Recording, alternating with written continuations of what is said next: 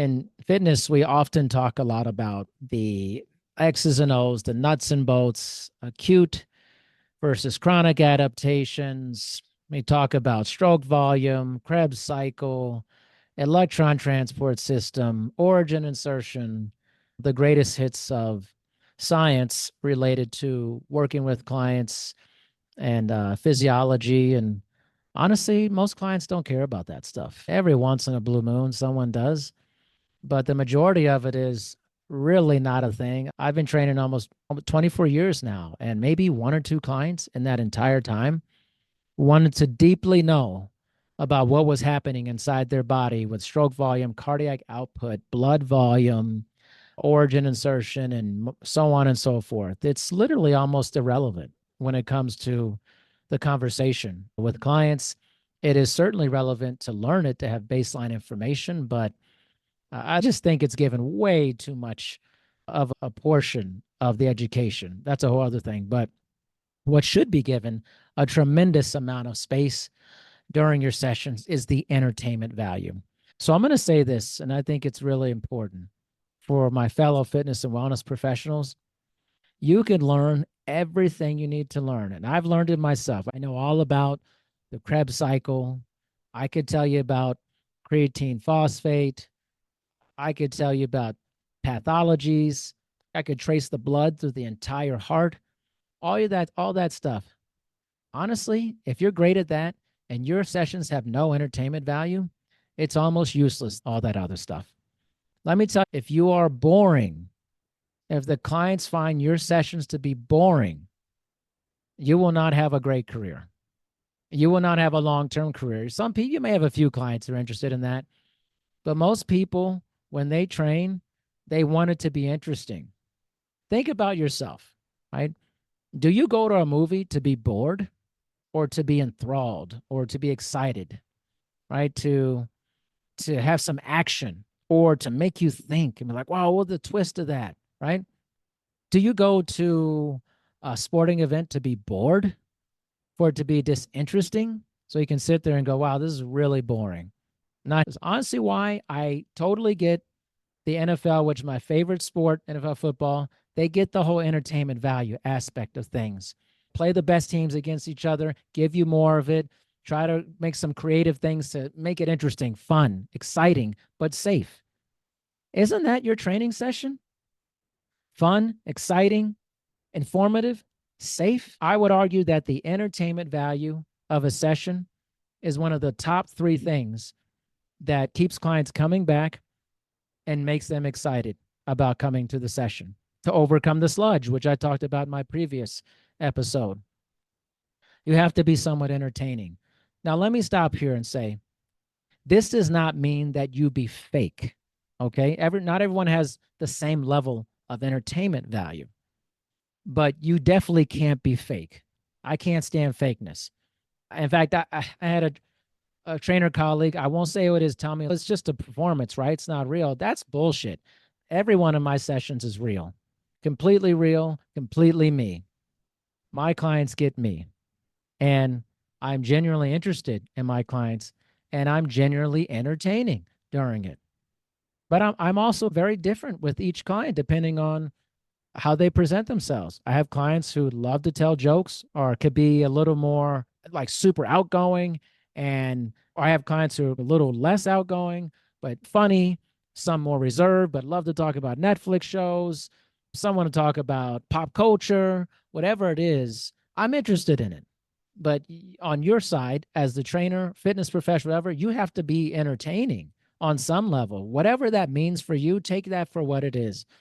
But the entertainment value is it has to be there.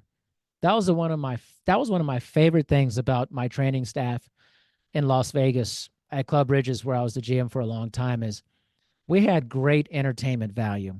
In fact, so much, each of my trainers had very unique personalities and catered to very different people. But the one common thread is they were safe with the clients. They were interesting. They asked questions and they were fun, man. They were all fun people, had a great time. I heard laughter going throughout the fitness floor constantly from both my sessions and all of my trainers' sessions.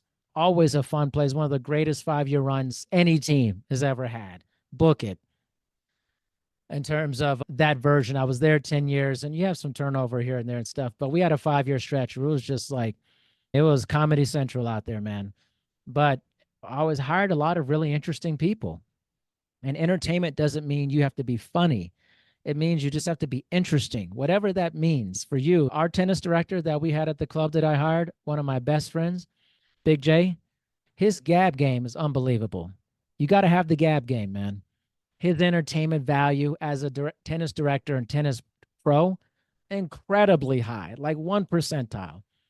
He never had to worry about clients, always had clients all the time. All my trainers who have that gift always had clients. They were flush with people all the time. All this to say that the entertainment value is important. Doesn't mean you have to be a comedian and tell jokes, though some trainers are great at that.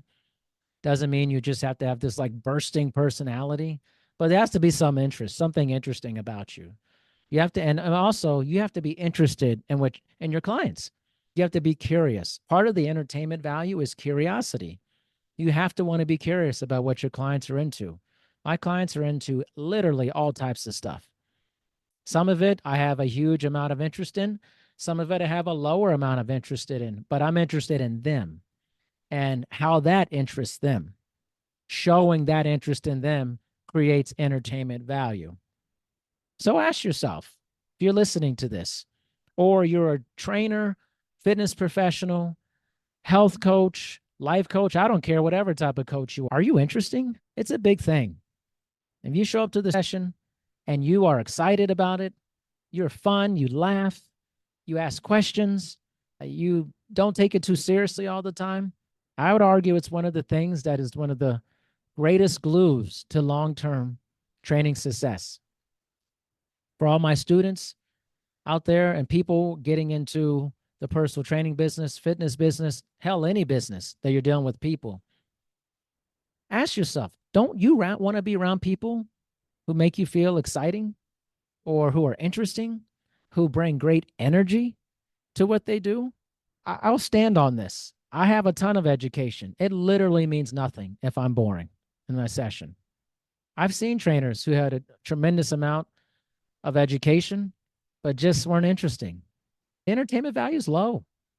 It needs to be high. Again, interpret that however you want to be. You don't want to be the funniest person, but you got to be interesting. Ask questions, be interested. Clients don't care about your certifications. They don't know a lot about the human body. Honestly, they ain't asking about it. They want you to be there, be a companion, a confidant, and be a movement accountability specialist. Listen, you don't want clients dreading to work with you. That's part of the sludge machine thing. You got to know yourself. Maybe clients aren't showing up regularly for the session because they just don't want to spend time around you. They think to themselves, I don't want to spend this time with this person. They may have nothing to do with your exercise progressions and your knowledge of that. It may have everything to do with they're just not interested in being around you. You have to evaluate that about yourself. And it also gets into the genesis of being in this business and evaluating if you're someone that you think people want to spend a lot of time with. And a big portion of that, my observational data, is people want to be around interesting people. They want to be entertaining. They want to be excited to show up because it's hard enough for them to show up anyways because exercise is not intuitive for people. In fact, it's something that is counterintuitive. So you're already fighting that in the sludge machine. So if you're already climbing up a hill, why do you want to add being boring to it? Entertainment value is important.